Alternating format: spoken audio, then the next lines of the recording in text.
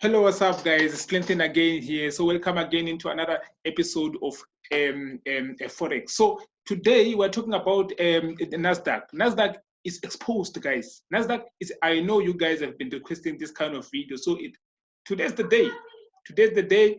I'm sure that you take this information and use it. This is how I killed the NASDAQ. I want you guys to do the same thing. Now, I want to share this information with you guys. So guys, make sure that you click the subscribe button so you are alerted every time I post another video, because I post pretty much on Monday and Friday, each and every week.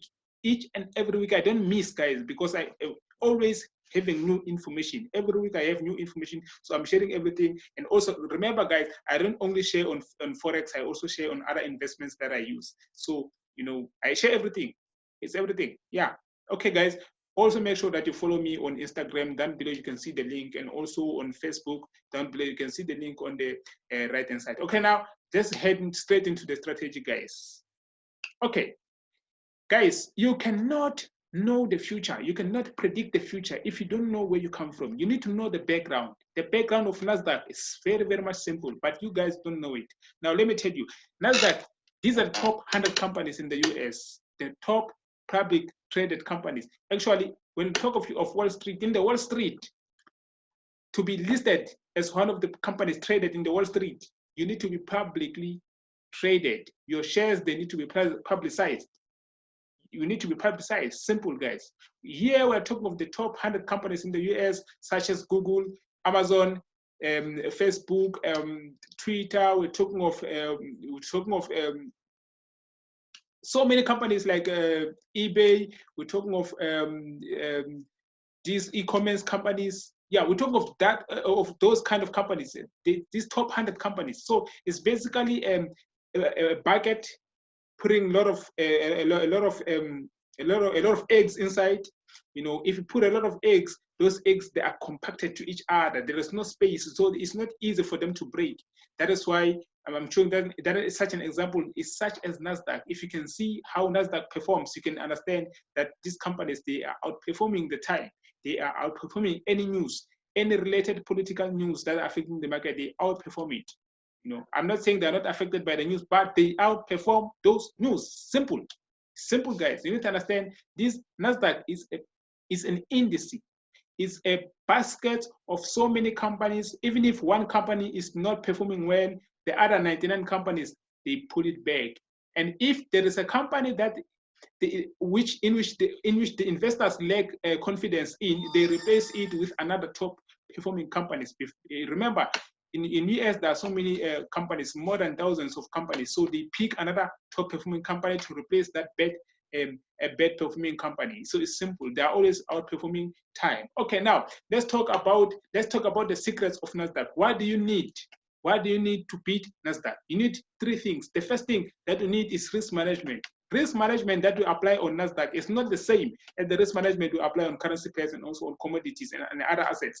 It's different. The reason why it's different is because NASDAQ is listed as one of those assets which are so much volatile, is very, very much expensive. Even if to trade NASDAQ, you can see to trade just 0.01 with 1:100 leverage, meaning they borrow you as much as 100 times the leverage, the amount that you have in your balance. So you will need at least $50 to open a minimum lot size. So it's basically that it's expensive to open a trade on NASDAQ. And even if you can see, when you've opened a trade on NASDAQ, you can see the profit is so much big. Even the loss is so much big. It shows you that it's very, very much expensive. If you can check, there are a lot of brokers which don't have NASDAQ in their assets listed, in their instruments. They don't have NASDAQ. Why? It's so much expensive. It is so much expensive to list as one of your assets.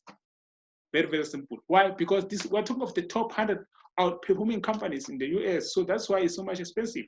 That is why you need to understand that the risk management you apply on currency pairs is not the same as the risk management you apply on what? On NASDAQ. When we talk of NASDAQ, we're talking of a different story here.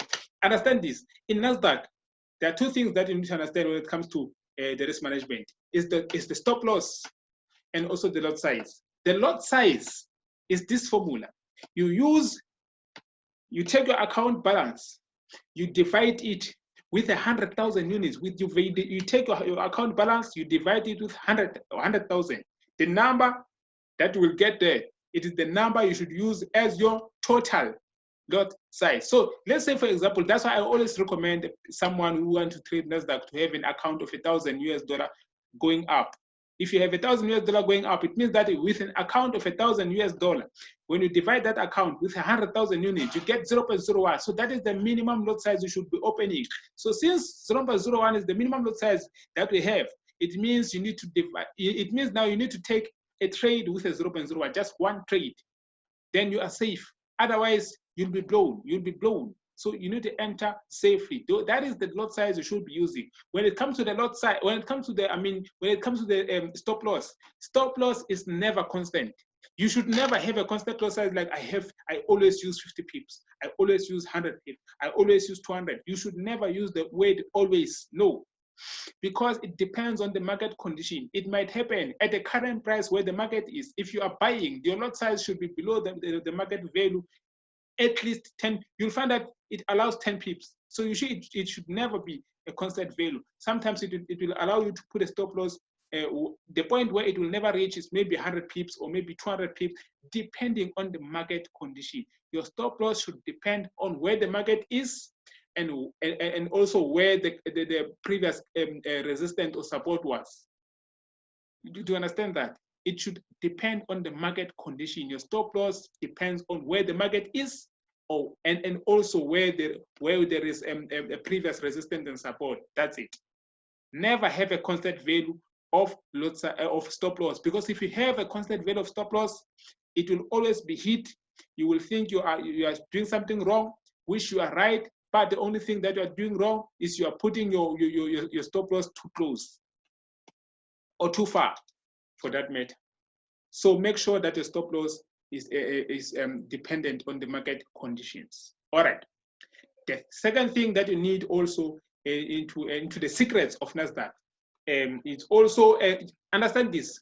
To trade NASDAQ, we're talking of companies here which are outperforming time. They are outperforming time, meaning their original general trend is an uptrend. So it doesn't matter whether they come down, they cut back, or what, they are retracing or whatever. We don't care about that.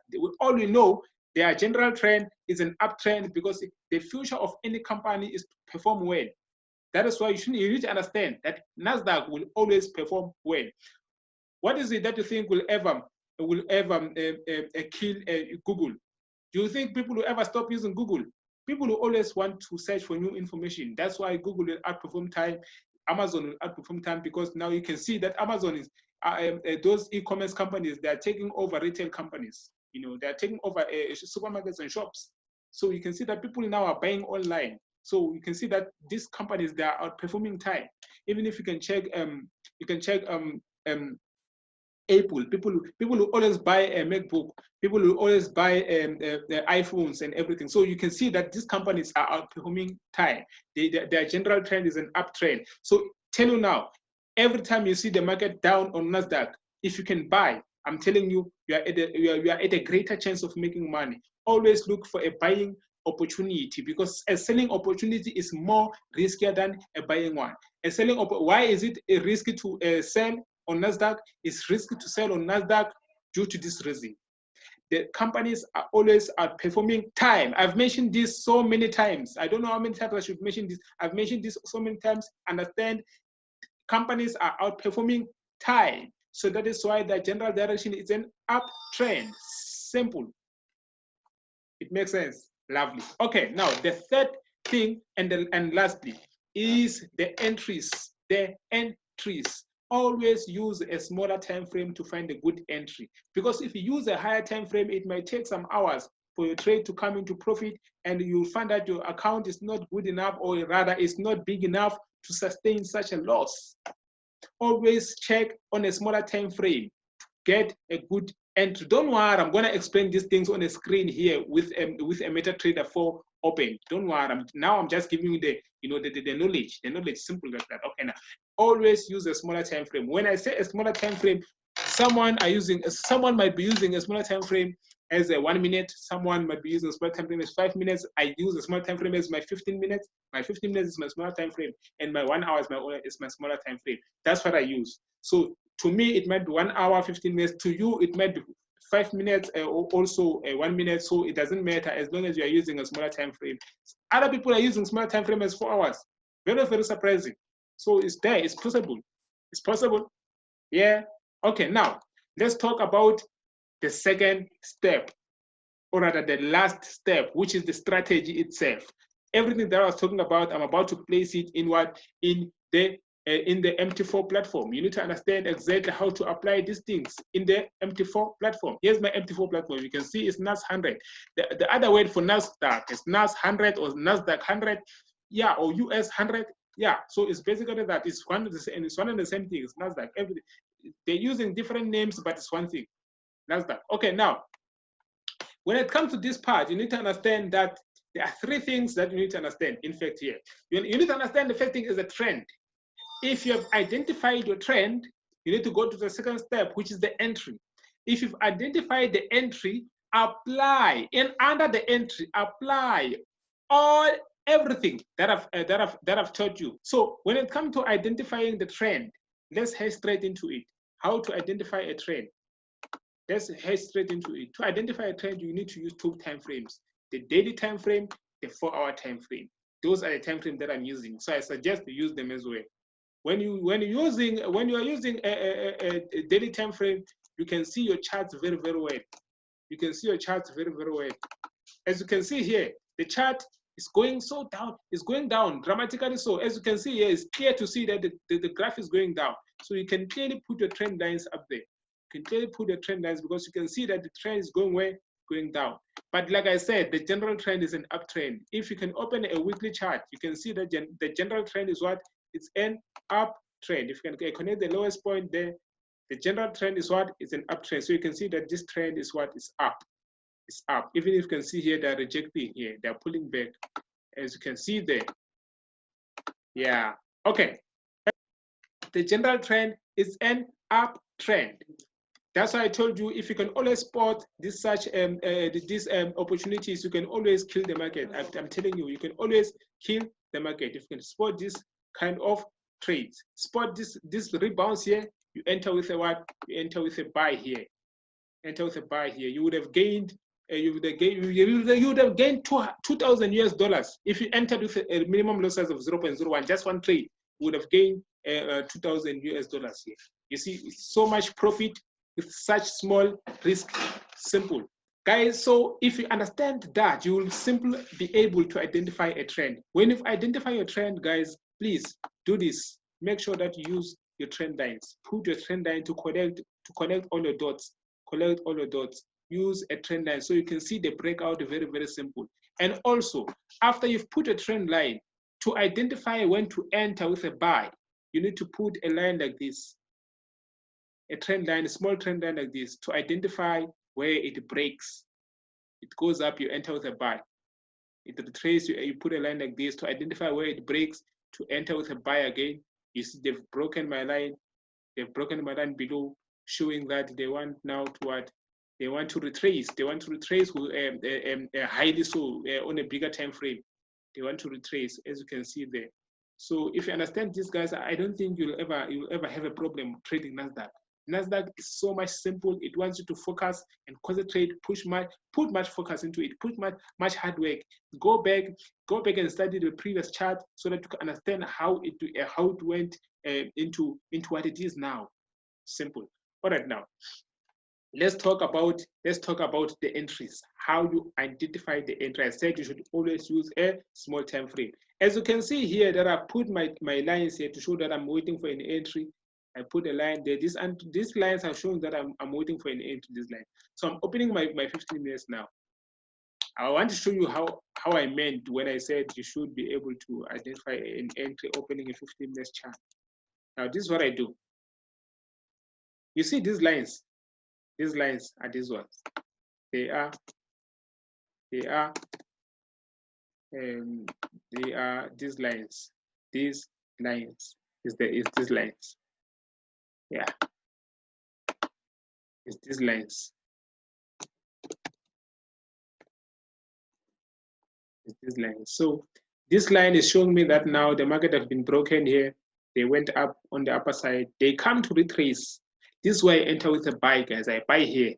So when they come back like this, I know that, okay, now how long to hold the trade on the step 3? How long to hold the trade? When I've bought here, how long should I know that I need to hold the trade? Okay, you need to count 3 times when they go up. They go up, they come back and retrace. They go up, they come back and retrace. They go up, 3rd time. Now you exit here. Let's go and take another example so that you know these things applies every time. So you can see here, they broke my line here. They broke my line, come back and retrace, you enter with a buy, you hold. 1. In fact, this was the first one. We entered late here. So this was 1, 2, 3. They come back and retrace. Let's check again. It's 1, 2, 3. They come back and retrace. So you see that you should enter here, hold for 3 rises. 1, 2, 3. You hold until here, then you exit. Then you enter another trade. 1, 2, 3. You exit. You wait for them to come back down. Start counting, count like that. So that's how you enter with a trade, and also that's how you hold a trade. You are able to hold a trade for 1 or 2 days, sometimes 3 days. Some people are holding trades for a week. So you need to understand, guys, to hold a trade, it's very, very much simple and is obtainable. Yeah. All right. Now, guys, I hope that made a lot of sense to you guys. I hope it made a lot of sense, and I hope that you'll be able to go and apply this knowledge. Now, guys, don't forget, subscribe into that button. Also, click that like button. So if you enjoy the video, make sure you smash the button, the like button until it turns blue. Simple. I would really appreciate that. Okay, guys. Cheers. I love you guys. Take care, and also go and apply this knowledge, guys. So